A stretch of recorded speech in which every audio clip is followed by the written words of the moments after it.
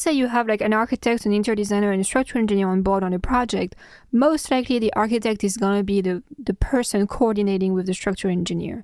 And if the architects see that there is anything that would impact the interior design scheme of the interior designer, then they would let them know, and maybe there would be a bit more coordination, right?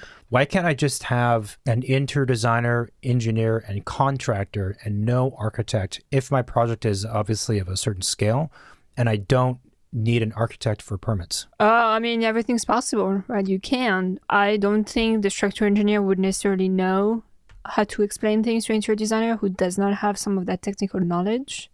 And I'm not sure that the interior designer would be able to think of alternative Problem solving with the structural engineer to make it work.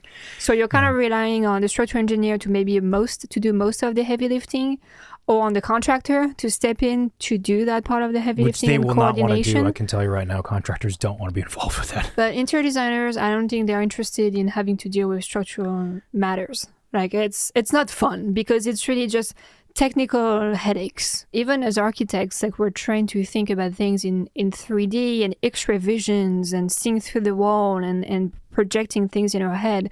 But once you start dealing with structural members on top of mechanical equipments, there is a lot of things that you need to imagine working together, where you're trying to coordinate like what happens in the ceilings, the thing that you don't see above your finished ceilings.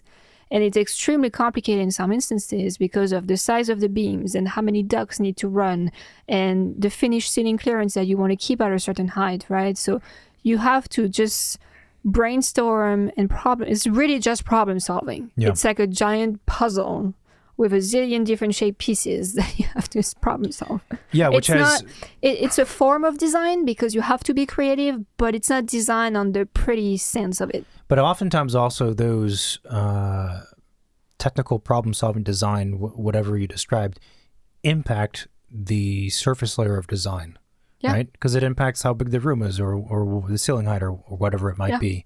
That's why you often do want an architect, because the architect is the one who bridges the gap between all these different people. And when you have the team that's composed of, as I said before, the interior designer, the engineer, and the contractor, who are all specialists, more so than the architect, you end up getting to construction. There's like weird stuff that happens because someone didn't have the foresight to see it.